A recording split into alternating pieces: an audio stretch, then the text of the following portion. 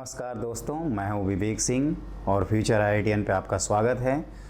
तो दोस्तों, आज से हम लोग पढ़ने जा रहे हैं अपना डेफिनिट इंटीग्रेशन। हमने आपसे ये कहा था कि इंडेफिनिट के बाद हम कुछ क्वेश्चंस कराएंगे, लेकिन बाद में कई स्टूडेंट की रिक्वेस्ट आई कि सर पहले आप इंटीग्रल कैलकुलस वाला सेक्शन ख़त्म कर दीजिए और एक साथ ही इंटायरली आप indefinite integration, definite integration, area under curve और डिफरेंशियल इक्वेशन के जितने जेईई मेन के इंपॉर्टेंट क्वेश्चंस हैं वो एक साथ डिस्कस करेंगे, तो हम लोगों को कनेक्टिविटी समझ में आएगी। तो स्टूडेंट, मैं अब यही डिस्कस कर, और एक प्रकार से सही भी रहता है मिक्स टाइप का क्वेश्चन, क्योंकि आपका स्पेसिफिक टॉपिक से तो क्वेश्चन आएगा नहीं, या उस क्वेश्चन के ऊपर तो लिखा नहीं रहेगा कि question based on definite integration आपको अटैम्प्ट करना है। तो आज से हम लोग पढ़ेंगे और ये बच्चों बहुत ही इंपॉर्टेंट टॉपिक हैं, तो इसको बहुत अच्छे से पढ़ना, क्योंकि कभी कभी जेईई एडवांस के पेपर में, जेईई मेन में तो हार्डली एक या मैक्सिमम 2 क्वेश्चन आएंगे, लेकिन एडवांस के पेपर में तो कभी कभी ऐसा भी हुआ है कि 8-8 क्वेश्चन आ जाते हैं इस टॉपिक से। तो समझ रहे हैं ना, 8 क्वेश्चन मतलब एक प्रकार से कट ऑफ ही क्लियर हो गया आपका। तो इसको पढ़िएगा, और जहाँ तक इसमें क्या क्या हमें पढ़ना है, तो सबसे पहले डेफिनीसन है ना। जैसे कि हम लोग चैप्टर स्टार्ट करते हैं तो डेफिनीसन या जो स्टैंडर्ड रिजल्ट्स है उससे रिलेटेड क्वेश्चंस देखते हैं। दूसरी चीज़ पढ़नी है कि डेफिनिट इंटीग्रेशन को बाई पार्ट्स में कैसे यूज़ किया जाएगा। तीसरी चीज़ पढ़नी है कि सब्स्टिट्यूशन कैसे किया जाएगा डेफिनिट इंटीग्रेशन से। और इम्पॉर्टेंट सेक्शन होता है जो कि जेईई मेन के पॉइंट ऑफ व्यू से इम्पॉर्टेंट है, वो है प्रॉपर्टीज़ ऑफ डेफिनिट इंटीग्रल। तो अब उसके बाद क्या होगा, प्रॉपर्टीज़ में 7 प्रॉपर्टी हम लोग टोटल पढ़ेंगे। मैं अभी ब्रीफ कर रहा हूँ कि इस चैप्टर में क्या क्या करना है। प्रॉपर्टी जैसे पढ़ेंगे उसके बाद आएगा definite integration as a limit of सम।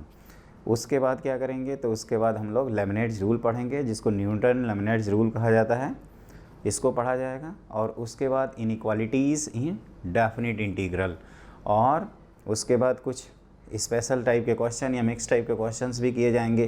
तो ये क्लास बहुत ही इंपॉर्टेंट होने वाली है दोस्तों, तो आप हमारे चैनल को लाइक और सब्सक्राइब ज़रूर करिए और ज़्यादा से ज़्यादा दोस्तों को शेयर करिए। तो अभी स्टार्ट करते हैं। सबसे पहले आता है कि डेफिनिट इंटीग्रेशन की डेफिनेशन क्या है। सबसे पहले पिछला चैप्टर क्या था, इनडेफिनिट, जिसमें मैंने आपको समझाया था कि उसमें लिमिट नहीं रहेगी, इसीलिए वहाँ पे square root of X square को हम लोग मॉड एक्स लिखते थे। लेकिन हमने कहा था कि in all the other chapters of 11, 12 JEE main, JEE advance आपको रूट ऑफ एक्स स्क्वायर को मॉड एक्स लिखना है। तो आज दोस्तों हम लोगों को वो चैप्टर पढ़ना है, और इसमें क्या रहेगा, लिमिट रहेगा। तो इसको स्टार्ट करते हैं। तो ये ऐसे है, देखिए, if f of x is a continuous function,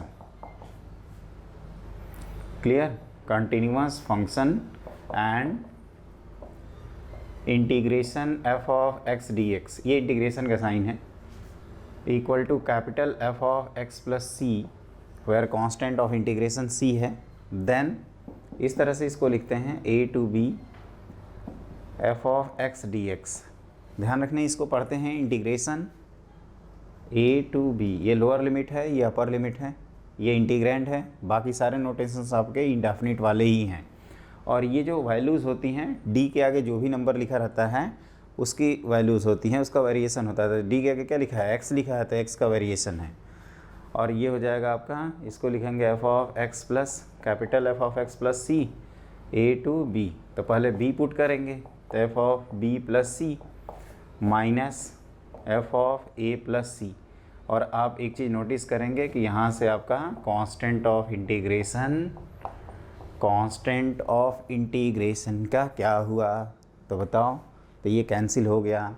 तो पहली चीज़ हम लोग यहीं पे सीख जाते हैं कि यहाँ पे कांस्टेंट ऑफ इंटीग्रेशन, जिसको इंटीग्रेशन कांस्टेंट भी शॉर्ट में बोलते हैं, वो मीनिंगलेस है।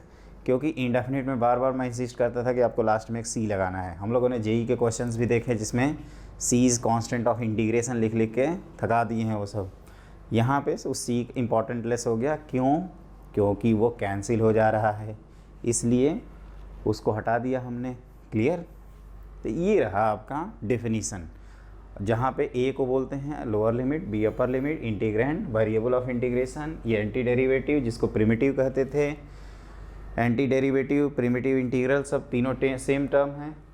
और उसके बाद F B minus F A. जैसे फॉर एग्जाम्पल अगर आपको इस तरह का कुछ करना है, ए टू बी, या ए टू बी न रख के कुछ वैल्यूज़ लिखते हैं, आपको 0 से π/4 मान लीजिए ये दिया हुआ है, 0 से π/4 सेक स्क्वायर एक्स, प्लस ई की पावर एक्स डी एक्स, इसका इंटीग्रेशन करना है। क्लियर? तो अब क्या करेंगे, सेक स्क्वायर एक्स का इंटीग्रेशन होता है tan x और ई की पावर एक्स का ई की पावर एक्स 0 से π/4। जब π/4 पुट करेंगे तो tan π/4 होता है 1, ये ई की पावर π/4 और लोअर लिमिट में ये 0 और यहाँ पे 1। क्लियर? तो एक बार 1 1 कैंसिल हो गया, एक बार चेक कर लीजिए, tan π/4 1 होता है, तो ये कितना आंसर आ जाएगा, ई की पावर π/4। इस तरह से हम कोई भी वैल्यूज़ निकाल सकते हैं। क्लियर? एक चीज़ इसमें अभी भी ध्यान रखना कि ये कॉन्टीन्यूअस फंक्शन है। क्लियर?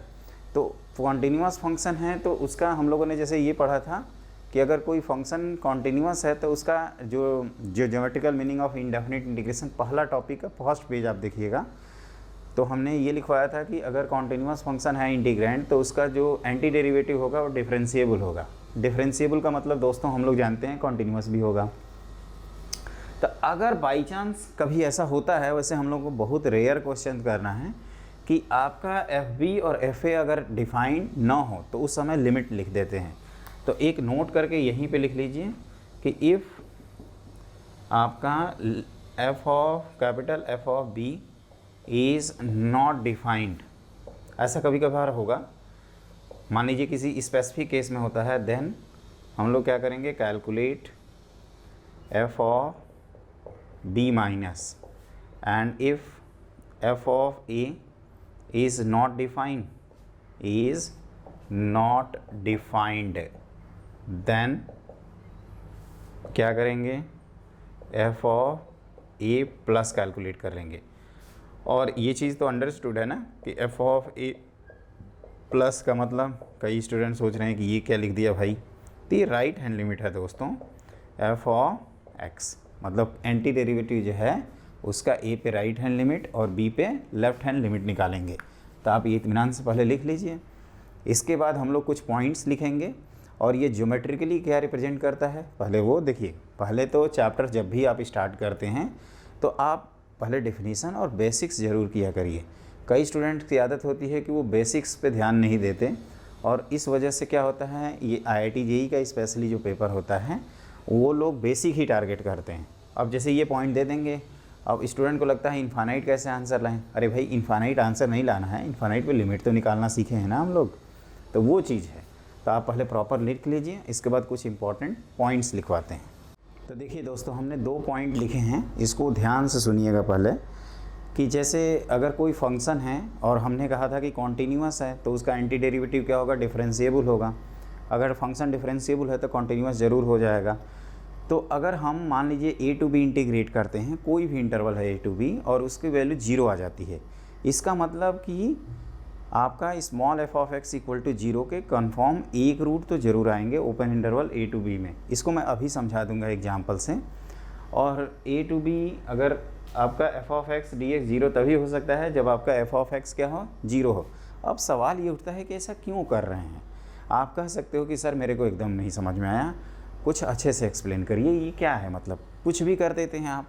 तो दोस्तों देखो, मैं बता रहा हूँ, सब कुछ समझ में आएगा। एक जानबूझ के एक पॉइंट नहीं लिखा हूँ क्योंकि वो समझाऊँगा, और ये नहीं भी लिखेंगे ना तो आपके दिमाग में घुस जाएगा। तो देखिए क्या है कि सबसे पहला इम्पॉर्टेंट रिजल्ट ये है कि a to b f of x dx ये क्या रिप्रेजेंट करता है। सवाल ये उठता है कि क्या रिप्रेजेंट करता है, बताइए। जैसे हमने आपको इंडेफिनिट इंटीग्रेशन में बताया था कि वो फैमिली ऑफ कर्व्स रिप्रेजेंट करता है, जिससे आप कोई भी वर्टिकल लाइन ड्रॉ करें तो उनके इंटरसेक्शन पॉइंट पे जो टेंजेंट के स्लोप थे वो पैरेलल हो गए थे। तो ये क्या रिप्रेजेंट करता है, तो ज्योमेट्रिकली आप लोग लिखो पहले रिप्रेजेंट्स। ये जो ज्योमेट्रिकली रिप्रेजेंट करता है ना, इस पे IIT JEE 2011 में ऑलरेडी क्वेश्चन पूछा जा चुका है और JEE वाले 2-3 बार टारगेट किए हुए हैं। तो रिप्रेजेंट्स एल्जेब्राइक एरिया। अब ये कौन सी बला है इसके बारे में मैं अभी एक्सप्लेन करूँगा। एल्जेब्राइक एरिया, जिसको आप साइंड एरिया भी कह सकते हैं, signed area between f of x y equal to f of x, y equal to f of x and x axis from x equal to a to x equal to b। अब ये सवाल उठता है कि ऐसा क्यों हुआ, ये क्यों, क्या रिप्रेजेंट करता है, साइंड एरिया का मतलब क्या होता है, ये चीज़ हम लोग समझते हैं। तो देखो दोस्तों, साइंड एरिया का मतलब होता है कि जैसे ये आपका, मैं समझाता हूँ इसको, जैसे मान लीजिए ये एक्स एक्सिस है, क्लियर, और आप इस तरह से कोई रैंडम ऑर्डर में फंक्शन बनाएं। सपोज ये है आपका बी और ये है आपका, यहाँ पे सपोज हम ऐसे बना देते हैं, और ये ए है, क्लियर। तो साइंड एरिया का मतलब होता है कि जो एरिया एक्स एक्सिस के ऊपर है उसको पॉजिटिव ट्रीट करेंगे, और जो एरिया एक्स एक्सिस के बिलो है, मतलब नीचे है, उसको नेगेटिव ट्रीट करेंगे। साइंड एरिया कहा जाए या अलजेब्राइक एरिया कहा जाए या आपको डेफिनेट इंटीग्रेशन का मीनिंग कहा जाए, ये सभी तीनों टर्म सेम हैं। फॉर एग्जांपल दोस्तों, जैसे मान लीजिए कि हम किसी मेथड से, कोई भी मेथड हमारे पास, कोई मान लीजिए कोई बता दिया, ये एरिया आप कैलकुलेट कर रहे हो और इसकी वैल्यू 1 आ रही है, ये वैल्यू जो कैलकुलेट किए हो, ये सपोज़ 4 आ रहा है, ये सपोज़ 3 आया है, और ये सपोज़ 2 आया है। तो अगर कोई पूछे कि y = f ऑफ x है ये, तो अगर कोई पूछे कि f of x dx a to b का इंटीग्रेशन क्या होगा, तो वो जो नीचे आया है 1, उसको -1 लिखेंगे, +4 -3 और ये -2 लिखेंगे। अब ये जितना आए, है ना, प्लस करते जाना। तो ये जो आपके ऊपर वाला कौन वैल्यू था, ये सॉरी, ये +2 लिखा जाएगा। तो ये मैंने क्या बोला, एक बार ध्यान से देखिए, जो एरिया ऊपर है उसको प्लस और जो नीचे है उसको माइनस, तो ये -3 लिखा और +2 लिख दिया। तो 4 और 2 हो गए 6 और 1 और 3 4। तो ये आंसर लिखेंगे 2। यूनिट कुछ नहीं लिखेंगे। एक चीज़ समझिएगा, हम लोग का जो नेक्स्ट टॉपिक है एनसीईआरटी फेवरेट आपका एप्लीकेशन ऑफ इंटीग्रल, तो उसमें क्या करना है, एरिया अंडर कर्व निकालना है। तो अगर एरिया अंडर कर्व आए और डेफिनेट इंटीग्रेशन में बेसिक डिफरेंस क्या है, वो यहीं पे आप सीख लीजिए। अगर ये आपसे पूछा जाए कि एरिया कितना बाउंड हुआ, तो हम लोग आंसर करेंगे 1 + 4 हो गया 5, 5 + 3 8, 8 + 2 10 square units area bounded by the curve, या area bounded by y = f of x between x axis from x = a to x = b। Point to be noted, ध्यान रखना। और अगर डेफिनेट इंटीग्रेशन कहा जाए तो फिर आपका स्क्वायर यूनिट में आंसर नहीं आता है। फिर क्या होता है, उसका रूल ये होता है दोस्तों कि जो एरिया x एक्सिस के ऊपर है उसको हम लोग पॉजिटिव डील करेंगे, और जो एरिया x एक्सिस के बिलो है वो नेगेटिव डील करेंगे। तो आपको एक चीज़ का एहसास होगा कि यहाँ पे बेसिक स्केचिंग आनी चाहिए आपको कर्व का, तभी तो आप डिसाइड कर पाओगे ना कि कर्व ऊपर है कि नीचे है कि दाएं हैं कि बाएं हैं। ये सारी चीज़ें हम लोग तभी डिसाइड कर सकते हैं। तो ये सारी चीज़ें हम लोग कर्व स्केचिंग जो एप्लीकेशन ऑफ डेरिवेटिव का पार्ट है उसमें पढ़ते हैं। बेसिक चीज़ें हम लोगों को hyperbola, parabola, ellipse, circle, straight line, ये तब तो 11th में क्लियर ही रहता है। तो सारी चीज़ें हो जाएंगी। तो मैंने अभी तक क्या क्या सिखाया है आपको, तो पहली चीज़ ये सिखाया है कि integration a to b f of x dx algebraic area represent करता है। अलजेब्राइक एरिया का मतलब क्या समझा दिया, तो जो एरिया x एक्सिस के ऊपर है take them it is positive, और जो बिलो है उनको नेगेटिव डील करिए। उसके बाद क्या समझाया, तो उसके बाद ये समझाया कि अगर f स्मॉल f कॉन्टीन्यूअस है और a to b अगर इंटीग्रेशन की वैल्यू आपकी 0 है, तो आप आराम से नोट कर लीजिएगा। तो उसके बाद क्या होगा, तो then f of x = 0 has at least 1 root between open interval a to b। दूसरा पॉइंट क्या लिखवाया था कि अगर स्मॉल fx, अब देखो यही हो गया, अगर fx पॉजिटिव आ गया मतलब x एक्सिस के ऊपर, तो एरिया भी तो दोस्तों पॉजिटिव आएगा कि नहीं, एरिया पॉजिटिव। तो कहोगे कि सर ऑब्वियसली आएगा, इसमें कौन सी नई बात है। अगर आपने ये रिजल्ट अब बता दिया तो ये तो होना ही है, नहीं भी कहोगे तो हम समझ जाएंगे। तो इस पे दोस्तों मैं क्वेश्चंस कराऊंगा, लेकिन हम लोग क्या करते हैं, पहले बेसिक क्वेश्चन स्टार्ट करते हैं। जो मेन मंत्र था वो हमने बता दिया, इसको आप एकदम अच्छे से गांठ बांध के याद कर लीजिए और याद रखिएगा, भूलिएगा मत। एडवांस में इस पे बेस्ड क्वेश्चन कभी भी आ सकता है, ये बहुत ही ज़्यादा इम्पॉर्टेंट है। तो अब इसके बाद हम लोग करेंगे अपना एक एक करके 1 by 1, अब क्वेश्चन की स्पीड पकड़ेंगे और उसी से सीखने की कोशिश करेंगे। तो लिखिए क्वेश्चन। तो देखिए दोस्तों, मैं आपसे ये कह रहा था कि इसके जो पहला पार्ट होता है उसमें बेसिक आपको इंडेफिनिट इंटीग्रेशन आना चाहिए। इंडेफिनिट इंटीग्रेशन आने का मतलब होता है दोस्तों कि अगर आपको क्लास मिसिंग है तो वो क्लास हमारे यूट्यूब चैनल फ्यूचर IITian विवेक सर पे जाइए, प्लेलिस्ट देखिए, इंडेफिनिट इंटीग्रेशन के हमने 3 लेक्चर अपलोड किए हैं और वो सफिशिएंट है। अगर 12th के स्टूडेंट ये क्लास देख रहे हैं तो अगर वो तीनों क्लास कर लोगे ना तो आपका बोर्ड का जेईई मेन का प्रिपरेशन ऑटोमेटिक हो जाएगा। जो एडवांस की थ्योरी है, एडवांस में बस हमें क्वेश्चंस करना है, वो क्वेश्चन लर्निंग से आएगा। आपका क्वेश्चंस कैसे कैसे अटैम्प्ट करेंगे उससे आप सीख जाओगे। और वो जो टॉपिक है ना, हमको आपको इंट्रोडक्शन पार्ट में भी बताए थे कि जो इंडेफिनिट इंटीग्रेशन है उसी की हेल्प से हम लोग डेफिनिट को, एरिया अंडर कर्व को और डिफरेंशियल इक्वेशन को पढ़ लेंगे, क्योंकि उसी चैप्टर की ज़रूरत पड़ेगी। वो chapter no doubt IIT JEE के पॉइंट ऑफ व्यू से लेस स्कोरिंग है, लेकिन आपके इस चैप्टर में, अगले चैप्टर में और उसके अगले चैप्टर में काफ़ी ज़्यादा हेल्प करता है। इस वजह से हम लोग उसको बहुत अच्छे से पढ़ते हैं। क्लियर। और एक और रीज़न है कि जेईई मेन का क्वेश्चन एक पता ना उनको क्या दिक्कत है, इंडेफिनिट से क्वेश्चन ज़रूर दे देते हैं, तो उस वजह से हमें मजबूरन पढ़ना पड़ता है। और इंटीग्रेशन हमने बताया था कि ये इंटीग्रल कैलकुलस का सेम वेटेज है जितना आपकी कोऑर्डिनेट ज्योमेट्री का है, लेकिन ये जल्दी सेक्शन कंप्लीट हो जाता है as compared to coordinate geometry. उसमें थोड़ा टाइम लगेगा क्योंकि फॉर्मूले भी बहुत ज़्यादा आ जाते हैं, लेकिन वो रिलेटिवली वो भी एक ईजियर सेक्शन है। तो हमने पहला जो कैटेगरी बताया आपको कि हम लोग क्वेश्चंस करेंगे पहले इंडेफिनेटली अटैम्प्ट करते हुए। तो आई होप आप लोगों को इंडेफिनिट इंटीग्रेशन का बेसिक आइडिया क्लियर है। तो देखिए, इसका डिफ्रेंसिएशन होता है 2x dx, तो इसको हम लोग इस तरह से कर सकते हैं 2x dx whole divided by X square plus 1। तो इसका इंटीग्रेशन ln ऑफ क्या हो जाएगा, एक्स स्क्वायर प्लस 1, और ये नीचे 1/2 टाइम्स, और ये हो जाएगा 2 से 3। तो ये 1/2 टाइम्स ln ऑफ कितना आएगा, 1/2 तो कांस्टेंट की तरह बाहर कर सकते हो, तो ये हो जाएगा 10 माइनस ln, ये क्या हो जाएगा 3 का 9 और प्लस 1 10 और 2 3 4 1 5, तो ये कितना होता है ln a minus B ln a/b, तो 1/2 टाइम्स ln ऑफ 2। एक बार आंसर भी देखते चलेंगे, कहीं गड़बड़ ना हो, आंसर कहीं भावनाओं में ना खो जाए। तो ये हो गया आपका सिंपल सा क्वेश्चन था, एक बार चेक कर लीजिएगा। 1/2 ln of X square plus 1, ये डिफ्रेंशिएट करोगे तो कितना आएगा, x/2x upon x square plus 1 आएगा, और 2 का 2 कैंसिल होकर वहीं आ जाएगा, सही है।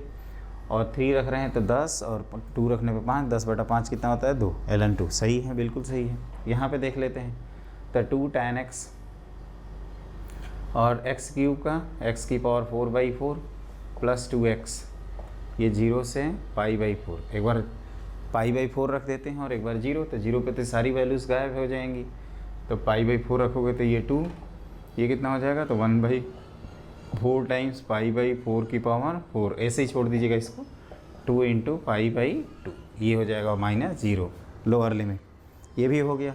इसका क्या करेंगे, तो आप कह सकते हो कि सर ये भी तो हमारा एक रिजल्ट ही है, 0 से आपका क्या है, ये 2² प्लस 3x होल स्क्वायर लिख सकते हैं dx। तो इसके लिए क्या सिखाया था मैंने कि 1/a, तो 1/2 और एक 3 भी, क्योंकि x का कोफिशिएंट tan इनवर्स 3x/2, और ये कहाँ से कहाँ तक वेरी करेगा, 0 से 2/3 तक, तो ये 1/6 और 2/3 रखोगे तो कितना हो जाएगा, ये 1 tan inverse 1 minus tan inverse 0, और tan इनवर्स 0 तो आपका 0 होता है, ये tan इनवर्स 1 कितना होता है, तो कहोगे कि सर ये होता है π/4, तो दिस इज इक्वल टू π/24 के इक्वल। क्लियर। तो ये क्वेश्चन भी आपका हो गया। एक बार आंसर चेक कर लेते हैं, आंसर तो हमने लिखा ही नहीं है, चलिए कोई बात नहीं, आप अपने से सही किए होंगे, कहोगे सर सही ही किए होंगे। तो ये जो फर्स्ट मेथड था, इसमें हम लोगों ने ये सीखा, मतलब कि आप ये भी कर सकते हैं कि पहले आप इंटीग्रेंट को इंडेफिनेटली इंटीग्रेट कर दीजिए और उसके बाद upper limit minus lower limit कर दीजिए, तो ये तो काम कर ही सकते हैं। इसके हर क्वेश्चन को आप इंडेफिनेटली इंटीग्रेट कर सकते हो दोस्तों। तो ये हो गया आपका, हो गया ना। अब हम आपको अगला क्वेश्चन लिखवाते हैं, तो लिखिए नेक्स्ट क्वेश्चन।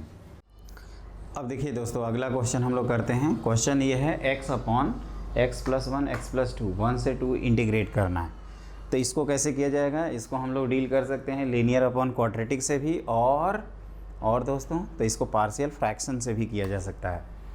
तो हम लोगों ने integration by partial fraction already पढ़ा हुआ है। तो इसमें क्या करेंगे, x/x + 1 इंटू x + 2 को 2 लीनियर फैक्टर हैं, तो क्या बताया था a/x + 2। अगर आप डायरेक्टली जानते हैं तो वैसा भी कर सकते हैं, और प्लस b/x+, जैसे x + 1 पहले लिख दिया और फिर x + 2 बाद में लिखा, कोई भी पहले बाद में लिख सकते हैं दोस्तों। तो ये x = क्या हो जाएगा, a times x + 2 plus b times x + 1, अब यहाँ पे आप x की वैल्यू -2 पुट कर सकते हैं और x की वैल्यू क्या हो जाएगा, -2 पुट करोगे तो -2 इक्वल टू ये तो 0 हो जाएगा b टाइम्स -1, तो b की वैल्यू आपको मिल जाएगी 1 के इक्वल। क्लियर। और अगर x की वैल्यू -1 पुट कर दें तो ये -1 इक्वल टू a मिल जाएगा। एक बार चेक कर लीजिए, -1 पुट करने पे तो a की वैल्यू हो गई आपकी -1 के इक्वल। तो ये जो लिखे हैं ये आ गया आपका जो भी इंटीग्रेशन है, इसको लिख सकते हैं 1 से 2 a अपॉन, तो a -1 upon x plus 1 plus 1 upon x plus 2। एक बार चेक करते हैं कि क्या ये सही है या गलत। अगर गलत होगा तो करेक्शन कर लेंगे। तो देखिए ये हमने गलती कर दी ना, जैसे ये b कितना है आपका 2 आया है ना, तो आप कहोगे 2 लिखिए यहाँ पे, तो दिस इज़ 2, तो ये हो जाएगा 2x plus 2 minus x minus 2, तो 2 कैंसिल हो गए, ये अब सही आएगा, तो बिल्कुल सही है अब। तो ये क्या हो जाएगा, log of a minus B, तो इसका इंटीग्रेशन होता है, देखो मैं कह रहा हूँ कि इसको आप सिंप्लीफाई करोगे ना तो ये ऑटोमेटिक आ जाएगा, ऑलरेडी किए हुए हैं ये सब। तो minus ln of x plus 1, आप चाहें तो मॉड लगा सकते हैं, और वैसे भी कहोगे कि 1 से 2 अगर x है तो x प्लस 1 क्या आएगा, पॉजिटिव आएगा। और यहाँ पे 2 times ln of x plus 2 लिख सकते हैं, और ये लिमिट 1 से 2 जाएगी, तो एक बार 2 पुट कर देते हैं, तो ये माइनस ln 3 प्लस 2 ln 4, और माइनस एक बार 1 पुट करिए तो माइनस ln 2, और उसके बाद ये कितना हो जाएगा 1 पुट करने पे 2 ln 3 के इक्वल।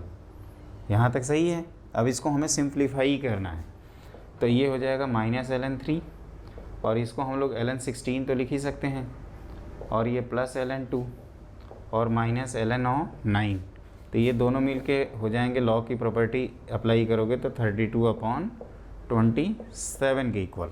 तो इस तरह से आप लिख सकते हो। तो देखो दोस्तों, इसमें हमने क्या किया है कि इंटीग्रेशन बाई पार्शियल फ्रैक्शन किया है, और सवाल ये उठता है कि आप पूछ सकते हो कि सर पार्शियल फ्रैक्शन है, अरे भैया पिछले क्लास में मैंने बता रखा है, आप उसको ज़रूर देखिए। मैं बार बार बोल रहा हूँ ये टॉपिक कंटिन्यूएशन में है, अगर आप डायरेक्टली इस पे पैराशूट एंट्री मारेंगे तो आपकी बैंड बच सकती है, तो उस बैंड को बचाने के लिए आप इंडेफिनिट इंटीग्रेशन का चैप्टर ज़रूर देख के इसको देखें, क्योंकि मैंने A to Z her cheese discuss किया हुआ है। अब हर चैप्टर में तो मैं पिछला चैप्टर डिस्कस करूँगा नहीं, ये तो साइंस पढ़ रहे हैं ना, तो ये चीज़ ध्यान रखिएगा। ये आपका हो गया, पहले आप इंडेफिनिट, और इस क्वेश्चन में आप ऐसे करेंगे, हाँ किसी कोई मान लीजिए कहता है कि सर मुझे डायरेक्टली ये क्लिक कर जाता है, तो ये वो इस कैलकुलेशन से बच जाएगा। और मेरा सजेशन ये है कि जब सिंपल एक्सप्रेशन हो तो यहाँ पे जो भी लिखते हैं एक बार एलसीएम लेके चेक करना चाहिए कि हम वहीं लिखे हैं ना, कहीं हम अपनी भावनाओं में तो नहीं खो गए, तो वो चीज़ ध्यान रखना होगा। तो ये मैंने बता दिया आपको इंटीग्रेशन बाई पार्शियल फ्रैक्शन का। तो अभी तक हम लोगों ने बेसिक 4 क्वेश्चन कर लिए। अब हम लोग क्या करते हैं कि इंटीग्रेशन बाई पार्ट्स में कैसे यूज़ करेंगे उसको मैं बताता हूँ। तो लिखिए नेक्स्ट क्वेश्चन। तो दोस्तों देखो, अब हम लोग इंटीग्रेशन बाई पार्ट्स में डेफिनेट इंटीग्रेशन कैसे यूज़ करते हैं वो मैं आपको सिखाता हूँ। तो देखिए इसमें क्या करते हैं, एज यूजुअल आप फर्स्ट और सेकंड वैल्यू पुट कर देते हैं। तो क्या करते हैं हम लोग, फर्स्ट इजीली इंटीग्रेबल फंक्शन को सेकंड मानते थे, और क्या सीखे थे, तो और हम लोगों ने ये सीखा था दोस्तों कि जो अगर मान लीजिए कभी कन्फ्यूजन हो तो आइलेट रूल का हेल्प ले लेते हैं। तो first function into integration of second function, तो x e की पावर x का इंटीग्रेशन e की पावर x, और यहाँ पे लिमिट रहेगा 0 से 2 माइनस, अब यहाँ पे क्या है 2 इंटीग्रेशन करते हैं, तो यहाँ पे रूल ये है कि आपको सिर्फ और सिर्फ आउटर इंटीग्रेशन में ही लिमिट पुट करनी है।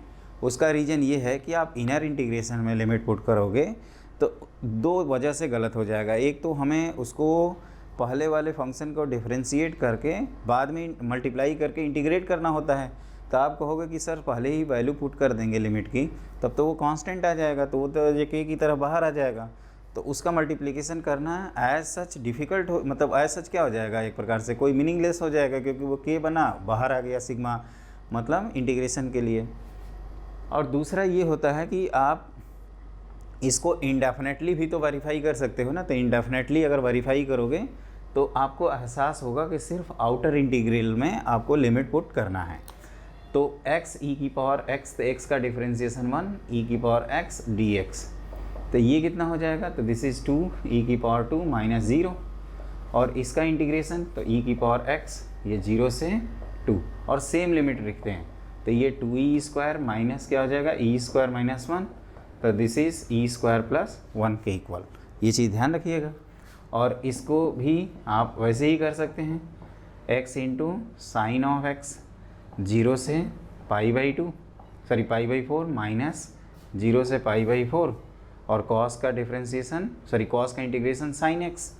अब π/4 रख देते हैं तो π/4 ये हो जाएगा और sin π/4 होता है 1/√2 माइनस 0 और यहाँ पे क्या बनेगा cos x minus of minus cos x, तो ये 0 से π/4 तो ये कितना बना π/4√2 और cos π/4 कितना होगा तो 1/√2 और cos 0 कितना हो गया तो 1। तो ये चीज़ ध्यान रखिएगा। क्लियर। तो बाई पार्ट्स में क्या हमने बताया कि जो आउटर इंटीग्रेशन है देखिए सेकंड पार्ट में उसमें लगाना है। मुझे उम्मीद है आप क्वेश्चन फार्मूला भूल चुके होंगे दोस्तों, और भूलना भी चाहिए, बहुत अच्छी बात है क्योंकि विवेक सर तो हैं ही ना आपको याद कराने के लिए। तो देखिए ये हम लोगों ने ऑलरेडी पढ़ा था कि u v dx है, और अगर इसको फर्स्ट मानते हैं इसको सेकंड तो लिखते थे u integration of v dx minus एक outer integral du/dx into v dx और होल मल्टीप्लाइड बाई dx। तो मैं ये कह रहा हूँ आपसे, इसको थोड़ा ध्यान से देखिए दोस्तों कि आपको ये पूरे में लिमिट पुट करनी है। क्लियर। और यहाँ पे सिर्फ पुट करना है, समझे, इसमें नहीं पुट करना है। यही चीज़ मैं बताने की आपको कोशिश कर रहा हूँ। तो मेरे ख्याल से आप समझ गए होंगे। आप नहीं समझे हैं तो कुछ क्वेश्चन और की प्रैक्टिस करते हैं और उसके बाद हम लोग आगे बढ़ेंगे। तो लिखिए, ये आप नोट कर लेना। अगला क्वेश्चन, तो देखिए दोस्तों ये एक अच्छा क्वेश्चन है, अब इसको अटेम्प्ट करते हैं, है ना। इसको हम लोग दोनों मेथड से करेंगे, एक तो अपना plain method integration by parts, और एक क्या करेंगे हम लोग कि जो हमने अभी सिखाया है उसको भी यूज़ करेंगे कि बाय पार्ट्स में डेफिनेट इंटीग्रेशन का कैसे यूज होता है। तो एक एक करके हम लोग सीखते हैं। तो मेथड वन कहता है कि आप पहले इंडेफिनेटली ही इंटीग्रेट कर लो। तो x ln ऑफ 1 + 2x, तो क्या करेंगे इसको, ये log वाले को फर्स्ट फंक्शन और x को सेकंड फंक्शन मान लेंगे। क्लियर। तो क्या लिखते थे, first function into integration of second function, तो ln ऑफ 1 + 2x और x का इंटीग्रेशन क्या हो जाएगा x² माइनस 1/2, ये x² और ln 1 + 2x times multiplied by chain rule से डिफ्रेंसिएशन कितना हो जाएगा 2, तो ये कैंसिल आउट हो गया। क्लियर। अब क्या करेंगे, तो अभी इंटीग्रेशन करना है हम लोगों को, तो ध्यान रखिएगा x² ln ऑफ 1 + 2x, और यहाँ क्या करेंगे, तो आप कह सकते हो कि सर आप 1/4 कर दो और 4x² माइनस 1 और प्लस 1 कर दीजिए 1 + 2x। उसका एडवांटेज आपको अगले स्टेप में समझ में आ जाएगा। ये थोड़ा सा लेंदी क्वेश्चन है, जितना दिखता है उतना है नहीं दोस्तों। तो ln ऑफ 1 + 2x, और यहाँ क्या करोगे 1/4, और यहाँ पे 2x माइनस 1 होगा अगर फैक्टराइज करोगे तो, क्योंकि प्लस वाला पार्ट कैंसिल हो जाएगा dx, और प्लस सर ये माइनस ऑफ माइनस, तो माइनस 1/4, ये लिखेंगे 1/1 + 2x। यहाँ तक सही है। आप बताओ। तो ये कहोगे इसका इंटीग्रेशन आप आसानी से कर ही सकते हैं और इसको भी कर ही सकते हैं। तो this is x² 2 ln of 1 + 2x minus ये कितना हो जाएगा 1/4, x² का कितना होगा, तो इसका x² माइनस x, और इसको माइनस 1/8 ln ऑफ 1 + 2x। यहाँ तक समझ में आ गया। अब हम लोग लिमिट रखते हैं, तो आप कह सकते हो कि दिस इज़ एक प्रकार से x² 2 ln of 1 + 2x। Clear. आगे ये minus x² 4, clear, plus x/4 minus 1/8 times ln of 1 + 2x। ठीक है। अब एक बार क्या करिए 0 से 1, तो लोअर लिमिट रखते हैं और एक बार अपर लिमिट। तो लोअर लिमिट रखेंगे, सॉरी अपर लिमिट, तो क्या हो जाएगा, ये 1 + 2 3 हो जाएगा, और ये 1/2 ln 3। थोड़ा कैलकुलेशन पेशेंस से करना। ये 1/4 हो गया, फिर प्लस 1/4 हो गया, माइनस 1/8 ln ऑफ ये कितना हो जाएगा अगेन 3। तो आप ध्यान से देखो तो ये भाई साहब लोग कैंसिल हो गए, और जब जीरो पुट करेंगे तो ln1 और ये आपस में कैंसिल आउट हो जाएगा। तो यहाँ हम लोगों को एडवांटेज मिल गया। और 1/8 इसको हम लोग लिख सकते हैं 3/8 ln(3). एक बार चेक कर लेना कैसे, तो इसको हम 3/8 लिख देंगे, सॉरी 4/8, और 4/8 - 1 3/8। हमने आंसर लिखा हुआ है 3ln3/8, 3ln3/8 बिल्कुल सही आंसर है। तो एक तो तरीका ये है दोस्तों कि आप आराम से इंडेफिनिट की तरह इंटीग्रेट करिए और फिर वैल्यू पुट करिए। एक चीज़ मैं बार बार कहता हूँ और मुझे कहने की ज़रूरत नहीं है, क्योंकि हम लोग इंडेफिनिट इंटीग्रेशन पढ़ चुके हैं। जिन स्टूडेंट का अगर इंटीग्रेशन वीक है तो वो इंडेफिनिट की क्लास दोबारा करें या उसको रिवाइज़ करें और उसके बाद इसको देखें। हमने ऐसा तो नहीं किया ना दोस्तों कि पहले डेफिनिट पढ़ा दिया फिर इंडेफिनिट पढ़ा रहे हैं, ऐसा तो नहीं सीक्वेंस में पढ़ा रहा हूँ। तो आप भी सीक्वेंस में ही करिएगा। मैं उम्मीद करता हूँ ये आपको आता है और आप इस तरह के क्वेश्चंस आराम से कर सकते हैं। क्लियर? तो एक तो मैंने मेथड बता दिया। अब जो दूसरा मेथड है उसमें भी मैं चाहूँगा कि आप आराम से जो अभी मैंने सिखाया डेफिनिट इंटीग्रेशन बाय पार्ट्स कैसे करते हैं, आप उसको दोस्तों ज़रूर कर लेना। तो ये रहा आपका क्वेश्चन और आंसर 3ln3/8 है, उसको भी चेक कर लीजिएगा। अब आप लिखिए अपना अगला क्वेश्चन, अगला सेक्शन, जो कि हेडिंग है डेफिनिट इंटीग्रेशन बाय सब्स्टिट्यूशन। तो दोस्तों अब हम लोग पढ़ने जा रहे हैं definite integration by substitution. By parts में कैसे यूज होता है ये हम लोगों ने देख लिया। तो अब देखिए इसके लिए क्या करते हैं, एक सिंपल सा क्वेश्चन लेते हैं और फिर समझते हैं कि ये क्या कंसेप्ट है और किस तरह से इसके क्वेश्चंस होंगे। तो जैसे मान लीजिए ये आपका क्वेश्चन है 0 से 1 tan inverse x/1 + x² dx। Clear? तो इसके हमारे पास दो मेथड हैं करने के। एक हम लोग क्या करेंगे कि इंडेफिनेटली इंटीग्रेट करेंगे और एक क्या करेंगे, डेफिनिट इंटीग्रेशन बाय सब्स्टिट्यूशन करेंगे। क्लियर? तो हम मेथड 1 मेथड 2 इसमें हम दोनों मेथड बताएंगे क्योंकि आंसर हमें चेक करना है। तो देखिए पहले क्या होता है कि अगर हम लोग इस तरह से कर सकते हैं कि लेट एक I1 इंटीग्रेशन माना हमने, जिसमें ये आपको दिया हुआ है tan inverse x/1 + x² dx। तो tan इनवर्स का ही ये डिफरेंशिएशन होता है। तो ऐसा करते हैं, लेट tan इनवर्स x को क्या मान लेते हैं t। तो आपका 1/1 + x² dx क्या हो जाएगा, dt। तो ये आप कह सकते हो कि this is t times dt। तो tan इनवर्स t का इंटीग्रेशन क्या होता है दोस्तों, तो t²/2 और t²/2 plus constant of integration, क्योंकि इंडेफिनिट है तो ये tan इनवर्स x का whole square whole divided by 2 plus constant of integration c। तो अब हम लोग क्या करेंगे कि ये जो i है आप कह सकते हो कि 0 से 1 tan inverse x/1 + x² dx। इसको अभी हम लोगों ने देखा कि ये 1/2 टाइम्स tan इनवर्स x का होल स्क्वायर दिया हुआ है, और c तो अब लगाना मीनिंगलेस हो जाएगा क्योंकि हम लोगों ने स्टार्टिंग में ही देख लिया है। तो जब tan इनवर्स 1 पुट करोगे ये 1/2 तो कॉमन, और tan इनवर्स 1 की वैल्यू कितनी होती है, π/4। तो दिस इज़ π/4 का होल स्क्वायर - 0। तो ये हो जाएगा π² 16 × 2 32 के इक्वल। तो देखिए इसमें क्या है कि हम लोगों का थोड़ा सा वर्क बढ़ जा रहा है कि हम लोग पहले इंडेफिनिट में जा रहे हैं, उसमें सब्स्टिट्यूशन यूज़ कर रहे हैं, और फिर बैक टू डेफिनिट इंटीग्रेशन आ रहे हैं, और फिर हम लोग क्या कर रहे हैं कि upper limit minus lower limit put कर रहे हैं।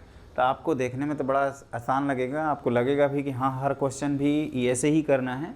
लेकिन क्या होता है दोस्तों, यहाँ पे एक एडवांटेज मिलता है। जैसे इनडेफिनिट इंटीग्रेशन में क्या है कि हम कोई भी वेरिएबल जैसे t के फॉर्म में लिखते हैं तो फिर हमें x के फॉर्म में आना पड़ता है, या जो भी वेरिएबल दिया रहता है उसके फॉर्म में आना पड़ता है।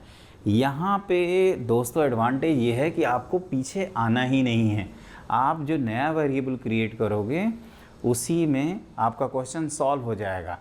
और अगली चीज़ ये है कि आपको मतलब रिप्लेसमेंट करने की ज़रूरत नहीं है। और यहाँ पे क्या करते हैं कि इंटीग्रेंड, बस नई चीज़ क्या है ये सीखिए। नई चीज़ ये है दोस्तों कि इंटीग्रेंड के साथ साथ हम लोग लिमिट ऑफ इंटीग्रेशन को भी नए वेरिएबल में चेंज कर देते हैं, ये है पॉइंट। तो इसको मैं समझाता हूँ आपको कैसे हुआ। तो देखिए अल्टरनेटिव मेथड में क्या है कि i की वैल्यू है 0 से 1 tan inverse x upon 1 plus x square D x. ये तो हम लोगों को एहसास हो ही गया था कि tan इनवर्स x का ही डिफ्रेंसिएशन है 1 अपॉन 1 प्लस एक्स स्क्वायर। तो यहाँ पे भी क्या किया जाए, पुट tan इनवर्स x को हम लोग t मान लेते हैं। क्लियर। और ये 1 upon 1 plus x square D x की वैल्यू क्या हो जाएगी, डी टी की इक्वल हो जाएगी। अब देखो ध्यान से, ये इसको हमने t के फॉर्म में कन्वर्ट कर दिया। अब कहोगे कि ये तो x की लिमिट थी, तो x की value when x equal to 0, तो t क्या होगा, तो tan इनवर्स x की वजह से tan इनवर्स x इज 0, और when t equal to x equal to 1 then t equal to tan inverse 1, और tan इनवर्स 1 दोस्तों कितना होता है, π/4। एक चीज़ ध्यान रखिएगा, ये जो इन्वर्स ट्रिग्नोमेट्रिक फंक्शन है जब भी डेफिनेट इंटीग्रेशन में आएंगे तो हमें प्रिंसिपल वैल्यू का ध्यान रखना होगा। हम लोगों ने प्रिंसिपल वैल्यू पढ़ा था ना, tan इनवर्स x का क्या होता है, -π/2 से +π/2, तो यही मैंने वो प्रिंसिपल वैल्यू लिखी है। क्लियर। तो ये आपका हो गया। अब क्या करेंगे, तो आपका जो लिमिट था 0 से 1, अब वो 0 से कहाँ चला गया, π/4 पे। तो ये जो इंटीग्रेशन है अब ये हो गया आपका 0 से π/4, और आपने कर दिया t dt, और यहीं आपका आंसर भी है।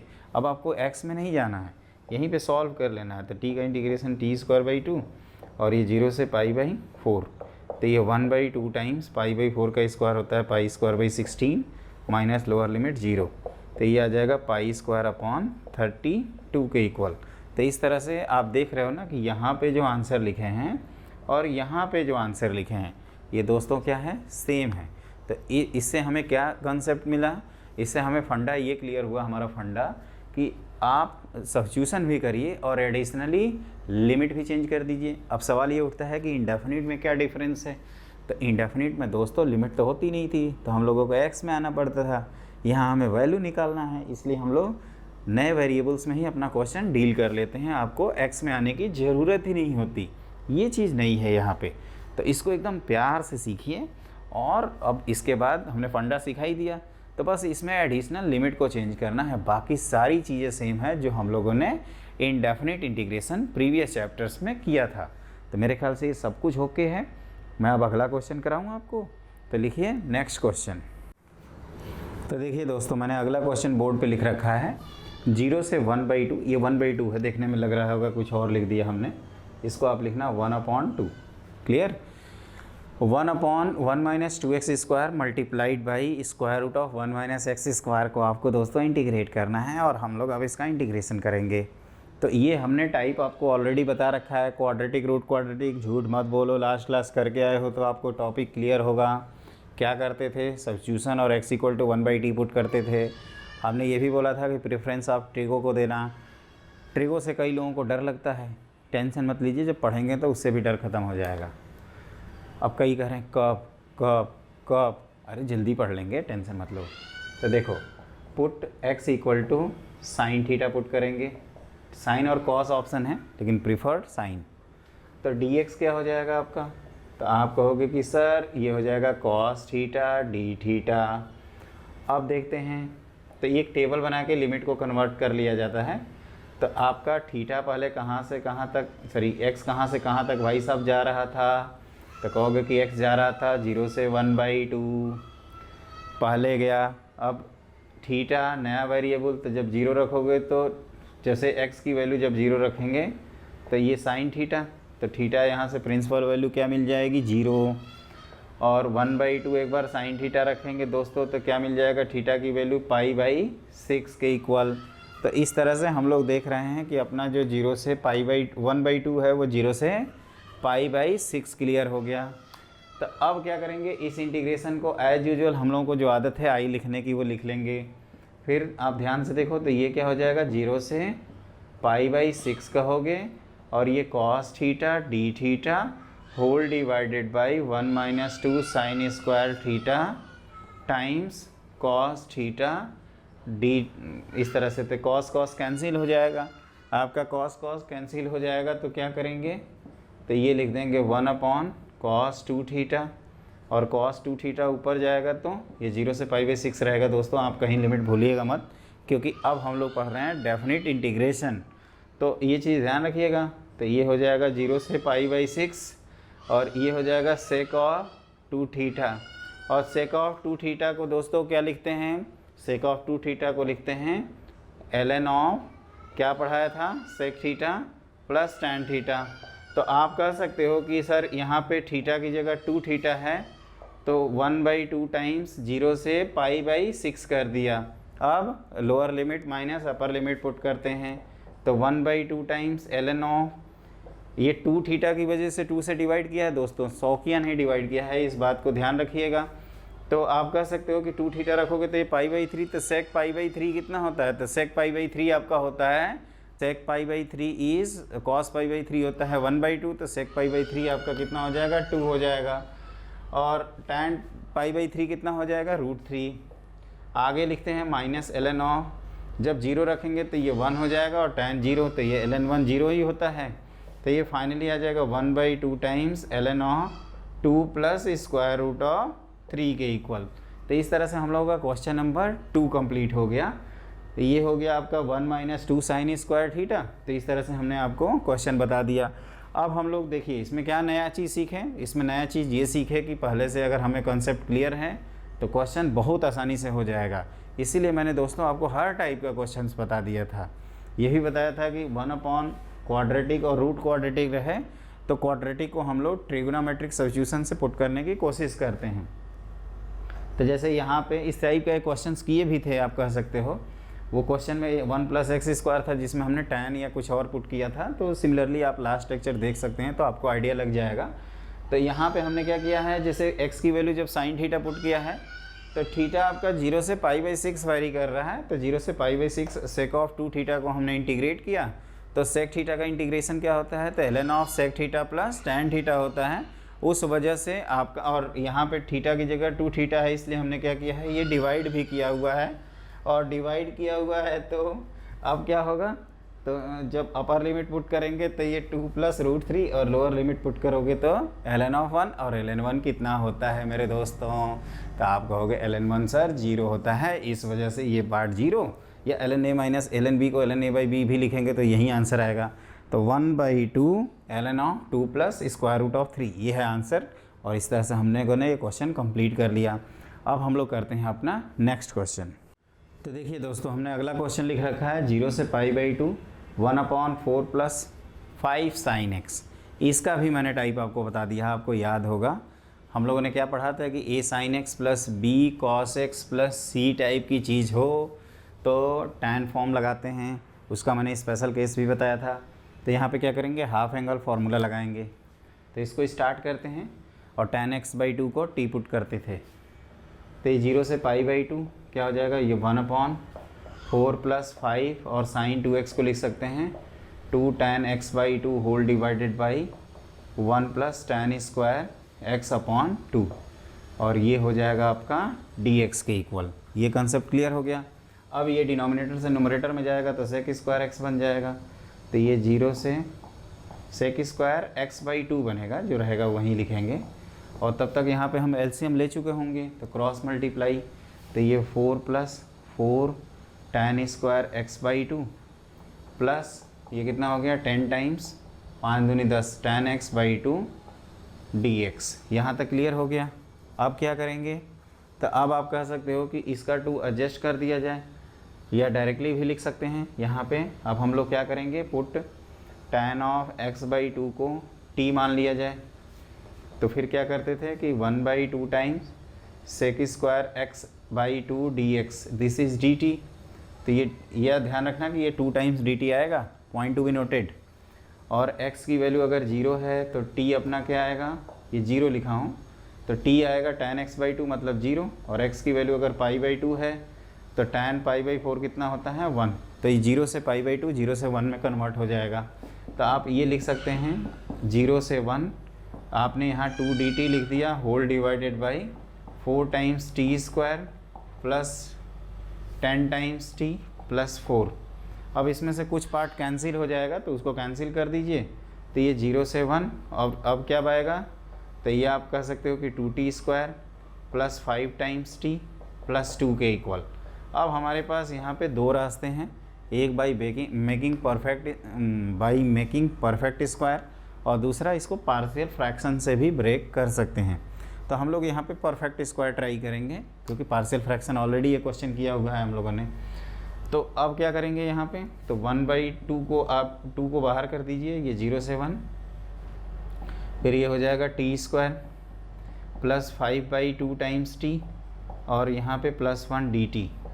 अब वह 1/2, ये 0 से 1, और इसको परफेक्ट स्क्वायर में बदलने के लिए क्या करेंगे, 1/t, ये t प्लस 5/4 हो जाएगा का होल स्क्वायर, और इसमें 1 - 25/4 सब्ट्रैक्ट करोगे तो -9/4 आएगा, और इसको -3/4 का होल स्क्वायर लिख सकते हैं।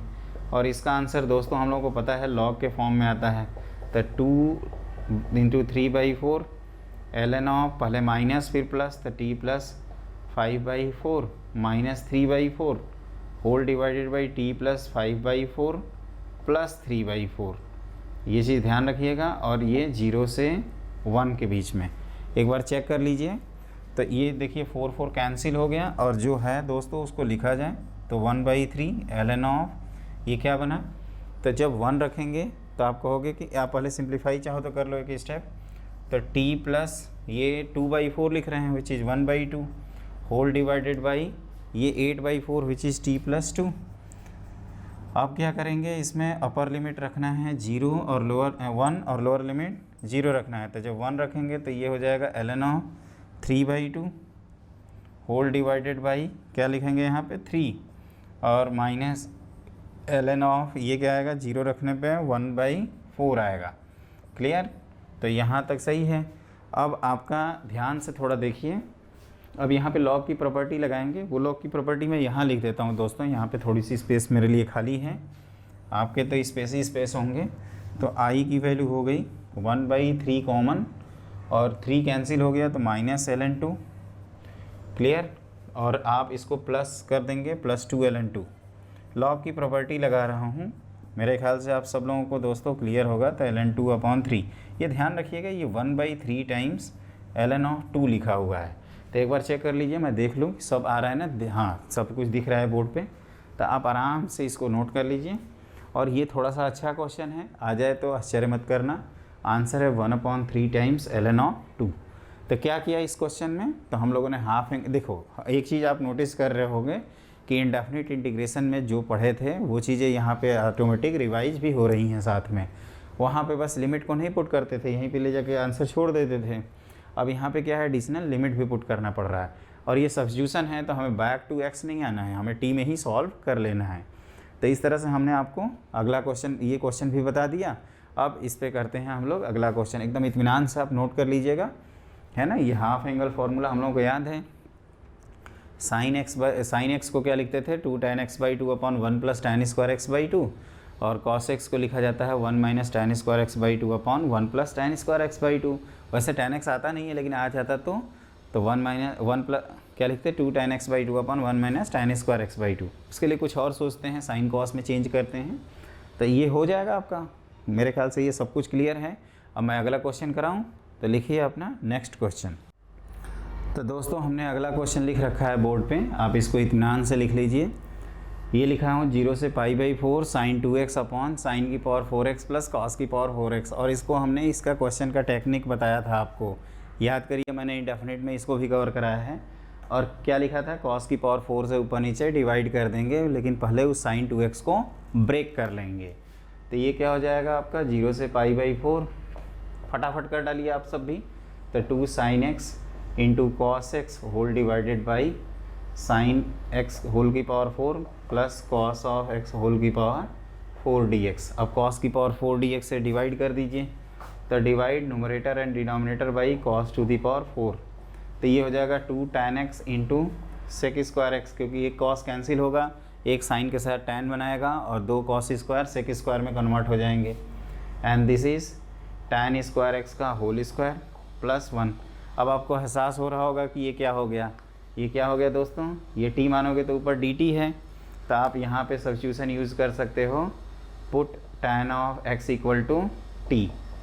तो ये क्या हो जाएगा, या tan² x = t, तो ये हो जाएगा आपका 2 tan x into sec square x d x. ये बहुत आसान क्वेश्चन हो गया आपका डी टी। तो और लिमिट क्या हो जाएंगी, 0 से 1 में कन्वर्ट हो जाएंगी। तो ये आप 0 से 1 लिख सकते हैं और D T upon T square plus 1। अब ये 0 से 1 कैसे हुआ आप ये सोच रहे होंगे, तो मैंने कहा था कि एक टेबल बना लीजिएगा। ये टी का फॉर्मूला है tan x और ये x की वैल्यूज़ लिख रहे हैं। पहले ये 0 तो t भी अपना 0 आया और x ये 0 है ना, ये थीटा नहीं है, इसको 0 लिख देना। और x की वैल्यू π/4 अगर है तो tan π/4 दोस्तों कितना होता है, तो आप कहोगे 1 होता है सर। तो ये 0 से π/4 0 से 1 में कन्वर्ट हो गया। और ये तो लल्लू पल्लू छाई का क्वेश्चन हो गया। तो tan इनवर्स t ये 0 से 1 और ये कितना आ जाएगा आपका π/4 - 0 विच इज़ π/4। तो ये एक सिंपल सा क्वेश्चन। यहाँ पे भी अगेन एंड अगेन हम लोग एक चीज़ नोटिस कर रहे हैं कि अगर पिछले टॉपिक रिवाइज कराए हैं तो cos की पावर 4 से डिवाइड करने पे ये क्या आ जा रहा है, बहुत आसानी से क्वेश्चन सॉल्व हो जा रहा है। और ये तुरंत सोच लेना चाहिए कि tan x को t मानना है, तो यहाँ tan स्क्वायर x को t मानना उचित रहेगा, क्योंकि ये 2 tan x भी आया है दोस्तों। तो ये बात को आप ध्यान रखिएगा। आप tan x को t मानोगे तो फिर आपको एक सब्स्टिट्यूशन यूज करना पड़ेगा, तो इसीलिए हमने डायरेक्टली tan स्क्वायर x को t मान लिया। तो ये क्वेश्चन मैं मान के चलूँ कंप्लीट हो गया। अब इसी बात पे करते हैं अपना अगला क्वेश्चन।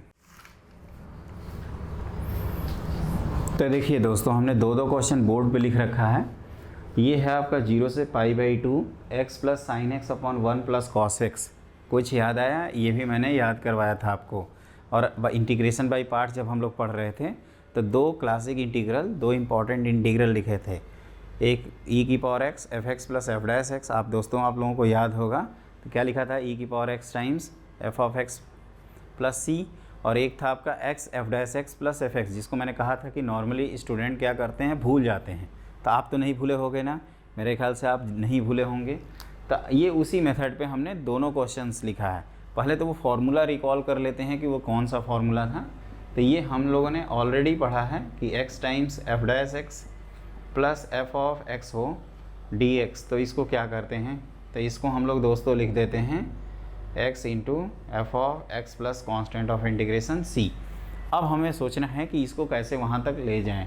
तो देखिए ध्यान से, 0 से π/2 आप हाफ एंगल फार्मूला लगा दो, तो ये लिख दोगे 2 cos स्क्वायर x/2 और ये 2 sin x/2 whole divided by 2 sin x/2 cos x/2 whole divided by 2 cos square x/2। यहाँ तक सही है, इन टाइम्स dx। तो हमने वैसे ये क्वेश्चन कराया था, लेकिन इसके बावजूद भी हम पूरा कंप्लीट कर रहे हैं। तो 1/2, क्योंकि हो सकता है हमारे कुछ दोस्त छोड़ रखे होंगे वो क्लास को, वैसे ऐसा नहीं करना चाहिए, वो क्लास ज़रूर कर लीजिएगा। तो x/2 प्लस tan ऑफ, यहाँ क्या आ जाएगा tan x/2। अब ध्यान से देखो तो ये उसी फॉर्म में कन्वर्ट हो गया। ये अपना f का काम कर रहा है और ये कौन है, इस ब्रैकेट वाले को f' बोल रहे हैं। तो ये हमने लिख दिया x into tan of x/2 और ये हो गया आपका 0 से लेकर π/2 तक। तो जब π/2 रखोगे तो ये π/2 और ये हो जाएगा इंटू 1 माइनस 0। तो इसका फाइनल आंसर कितना आ जाएगा आपका, π/2 के इक्वल। क्लियर? तो ये आपका हमने क्वेश्चन कंप्लीट कर दिया। आप भी अपनी तरफ से जल्दी जल्दी कंप्लीट करिए और हमारे साथ चलिए। रुक जाना नहीं तू कहीं हार के। तो ये हमने आपका क्वेश्चन कंप्लीट कर रखा है, आप भी हमारे साथ कंप्लीट कर लीजिए और आगे बढ़ते हैं। क्लियर? तो इस तरह से हम लोगों ने क्वेश्चन कंप्लीट कर लिया। अब देखिए अगला क्वेश्चन करने की कोशिश किया जाए। तो ये क्वेश्चन कह सकते हो दोस्तों कि ये भी हमने एक प्रकार से करा रखा है। आप इसको अगर देखना चाहते हैं तो आप ये कर सकते हो कि इसको क्या लिखोगे, तो ये लिखोगे आप, क्या लिखोगे देखो, तो 1/2 टाइम्स 2 x इंटू, वैसे डायरेक्टली इसको अगर हम सॉल्व कर लें 1 minus 1/x² times e⁴x plus 1/x plus e⁴x plus 1/x times dx। अब ये क्या है, इस पूरे को f मान रहे हैं, तो ये जो है ना x के अलावा ये f' का काम कर रहा है। तो इसको आप x into e⁴x plus 1/x लिख सकते हैं और होल टू दी पावर 1/2 से 2। तो जब 2 रखेंगे तो 2 e⁵5/2 आएगा और माइनस 1/2 टाइम्स e⁵5/2। तो ये आ जाएगा 3/2 टाइम्स e⁵ 5/2। एक बार अच्छे से देख लीजिएगा आपका इजीली एडजस्ट हो रहा है कि नहीं। और एक चीज़ ध्यान रखना दोस्तों कि अगर आता ना हमें ये सब, तो हमारी बैंड बज जाएगी, बहुत अच्छी वाली बैंड बजेगी, है ना। फिर कहेंगे कि क्या हो गया, कैसे हो गया, ऐसे करेंगे, ऐसे करके इस तरह से, तो वो काम नहीं करना है हम लोगों को एकदम सिस्टमेटिक पढ़ना है, अच्छे से पढ़ना है और पेपर फोड़ के आना है। इसी बात पे ये हमने दोनों क्वेश्चन समझा दिए। x into F dash x plus F x को भूलोगे तो नहीं, प्रॉमिस करो नहीं भूलोगे, कान पकड़ो, अगर भूल गए तो फिर कान पकड़ के उठक बैठक करोगे, ऐसे वो काम नहीं करोगे ना, नहीं करोगे। आप अच्छे बच्चे हो, आप आराम से हमारा क्लास देख रहे हो और इन्जॉय भी कर रहे होंगे। तो ये हमने आपको पूरे अपनी तरह अच्छी तरह से समझा दिया। आप एक बार इसको देख लीजिए, मेरे ख्याल से क्वेश्चन सॉल्व हो चुका है। अब हम लोग करते हैं अपना अब इस टाइप का लास्ट क्वेश्चन। तो लिखिए अगला क्वेश्चन। तो देखिए दोस्तों, ये हमने आपको क्वेश्चन कंप्लीट कर रखा है, मतलब क्वेश्चन लिख रखा है 0 से π/4 sin theta plus cos theta whole divided by 9 plus 16 sin 2 theta. इस तरह का भी फॉर्म हमने कराया था कि जब आपका cos x plus sin x हो और sin 2x हो तो क्या करते हैं। तो हमने बोला था कि इस पूरे को आप dt मानते हुए कोशिश करना। तो हम लोगों को क्या करना है, cos of theta plus sin theta, ये cos थीटा लिखा हूँ, इसको अच्छे से लिखते हैं, cos of theta plus sin theta D theta को हमें dt तक पहुँचाना है। इसका मतलब हमें पुट करना होगा sin theta minus cos theta को t। यहाँ उल्टा सोचते हैं, क्योंकि अगर उल्टा आप नहीं सोचोगे तो आपको मगना पड़ेगा, बैठ के रटना पड़ेगा, वो बिल्कुल मैं नहीं चाहता। जो चीज़ें सिंपल हैं उसको सिंपल तरीके से डील करना चाहिए। फालतू का सिंपल चीज़ों को जब हम कॉम्प्लिकेटेड बना देते हैं तो वहीं पे हम गलती कर बैठते हैं। वो काम हम लोग नहीं करेंगे, बिल्कुल भी नहीं करेंगे। फिर क्या कहा था कि इसको स्क्वायर करना है, तो स्क्वायर करोगे तो sine square plus cos square 1 minus sine 2 theta की वैल्यू क्या हो जाएगी, टी स्क्वायर। तो आपको साइन 2 थीटा की ज़रूरत है, तो आपने क्या लिख दिया 1 माइनस टी स्क्वायर। क्लियर। अब क्या है, लिमिट की बारी है। तो लिमिट में आपको ये बताया हूँ कि अगर थीटा की वैल्यू 0 है तो अपना टी देखिए, तो साइन 0 माइनस कॉस 0 -1, और थीटा अगर π/2 है तो टी आएगा अपना +1। क्लियर। तो ये क्वेश्चन जो है ये हो जाएगा आपका इंटीग्रेशन, ये -1 से +1, ऊपर लिख देंगे dt और नीचे लिख देंगे 9 + 16 टाइम्स क्या लिखेंगे 1 माइनस टी स्क्वायर। तो ये क्वेश्चन इजीली सॉल्व हो जाएगा। वैसे हम लोगों ने अभी प्रॉपर्टी नहीं पढ़ा है, ये -a से +a वाली प्रॉपर्टी है, लेकिन जितना नहीं पढ़े हैं तो नहीं करेंगे। इसको हम लोग इस तरह से करते हैं 1 ये 25 मतलब 5 का स्क्वायर और माइनस क्या हो जाएगा देखो दोस्तों, तो 4t का होल स्क्वायर। तो इसका भी हमने एक फार्मूला लिखवाया है, 1/a लिखते हैं, सॉरी 1/2 टाइम्स a। तो a का काम कौन कर रहा है 5, और लेकिन हमें x की जगह 4t है तो t 4 से भी डिवाइड करना होगा।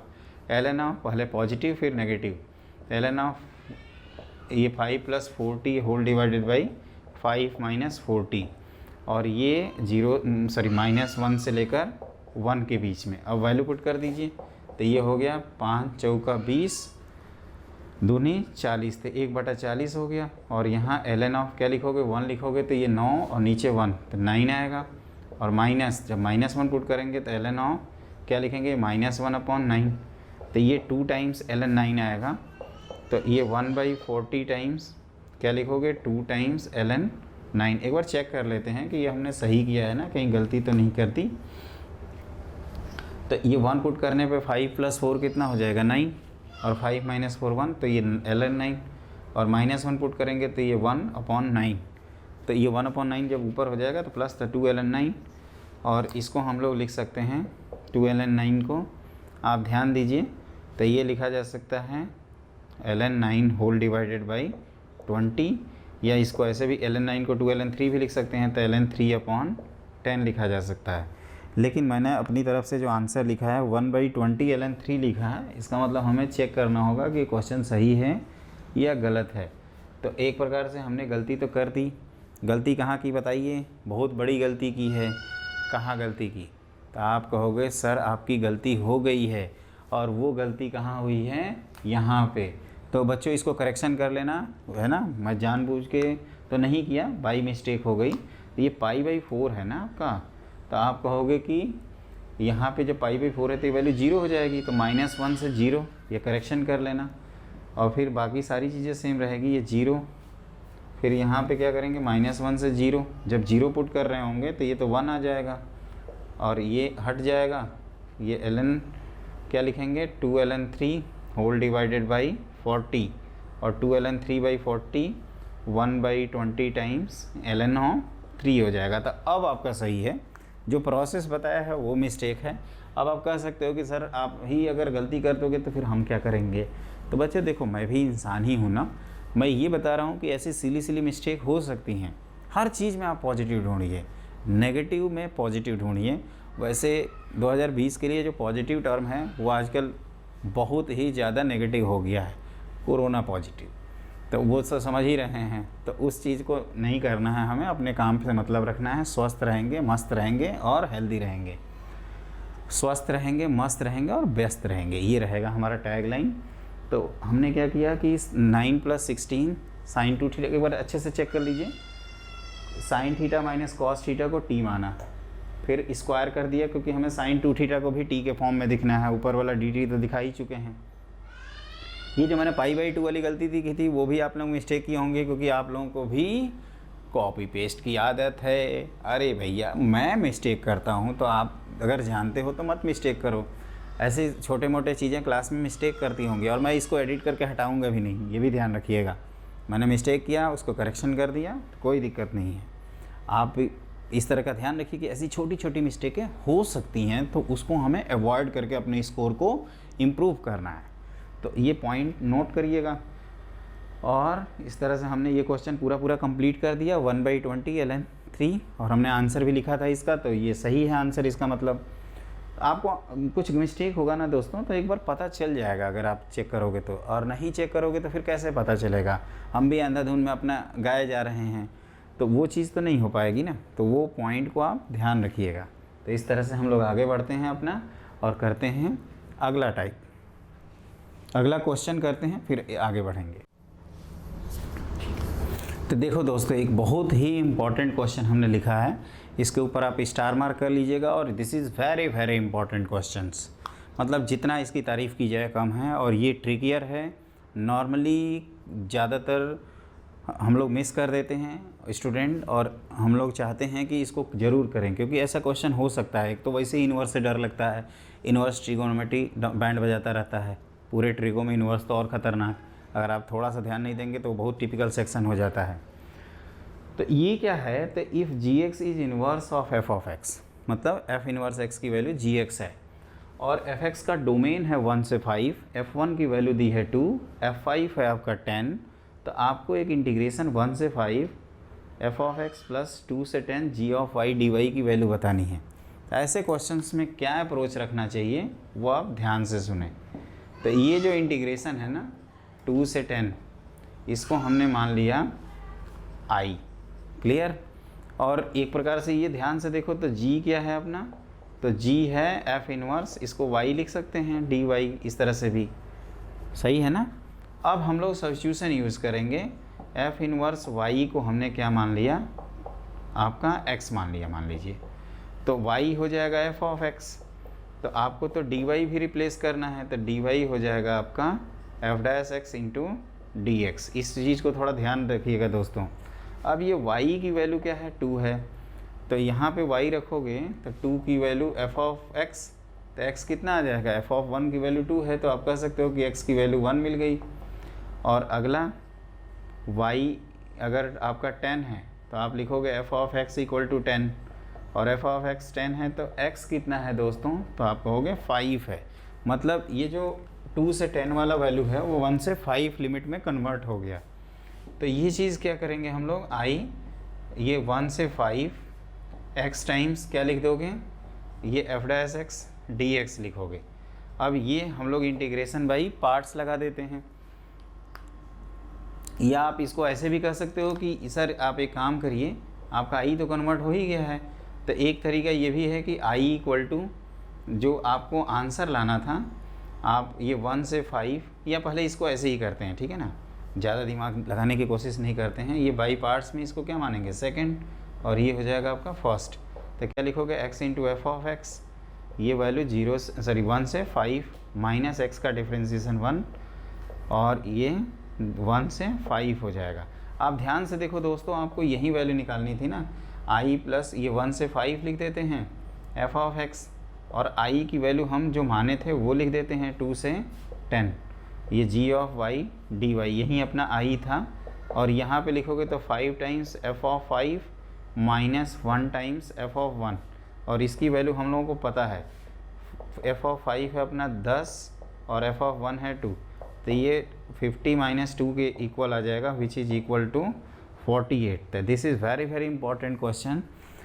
मैं ये कह रहा था ना कि यहाँ से ये जो मैंने स्टार मार्क किया है ना, इसके बाद आप एक स्टेप ये भी लिख सकते थे, यहाँ से कह सकते थे कि सर आपको ये जो 1 से 5 F of x d x plus ये 1 से 5 x times F dash x d x जो दिया है, अगर आपकी लिमिट सेम है तो इसको 1 से 5 x into F dash x plus F x वाले फॉर्म से आप डायरेक्टली एक लाइन में रिलेट कर सकते थे। वो आप कर सकते हो बच्चों, वो मैं नहीं मना कर रहा हूँ, वो आपके पास ऑप्शन है, वो तो मैंने समझा ही रखा है। 2 क्वेश्चन भी कर लिया था जिसमें कह रहे थे कि रुक जाना नहीं तू कहीं हार के, कांटों पे चल के मिलेंगे साए बहार के, तो वही चीज़ है।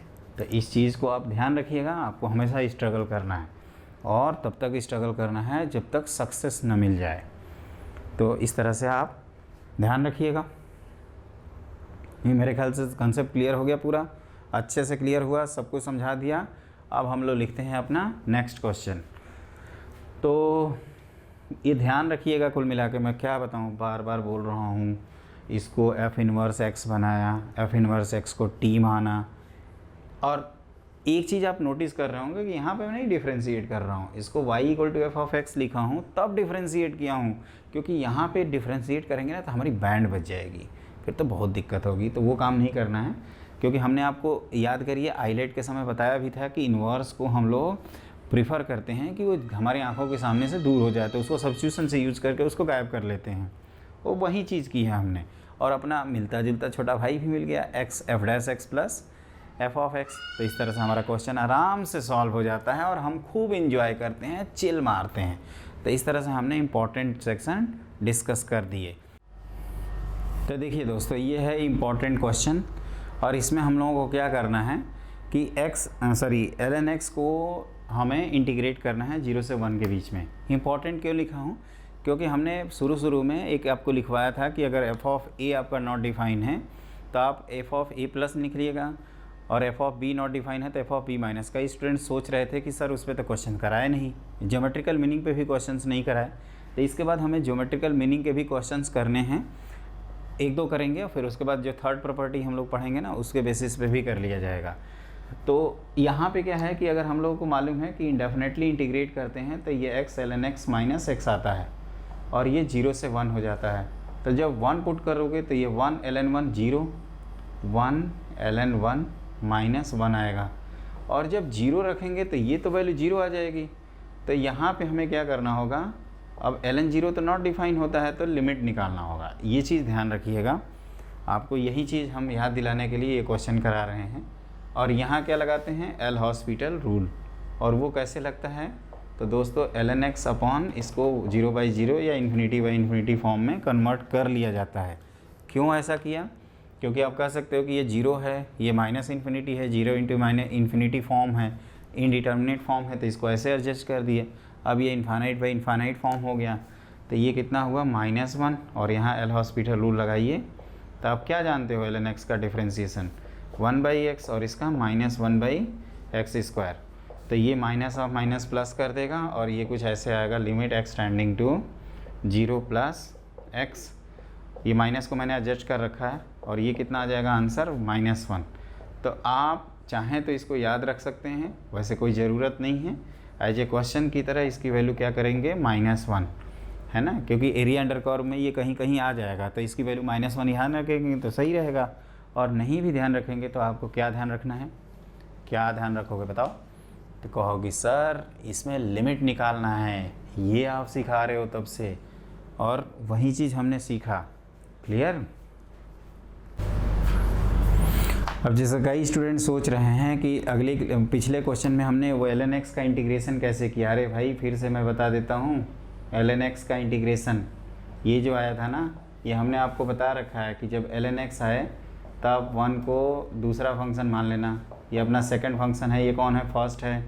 क्या पढ़े थे, first function into integration of second function minus first function का डिफ्रेंसिएशन, दूसरे का इंटीग्रेशन dx।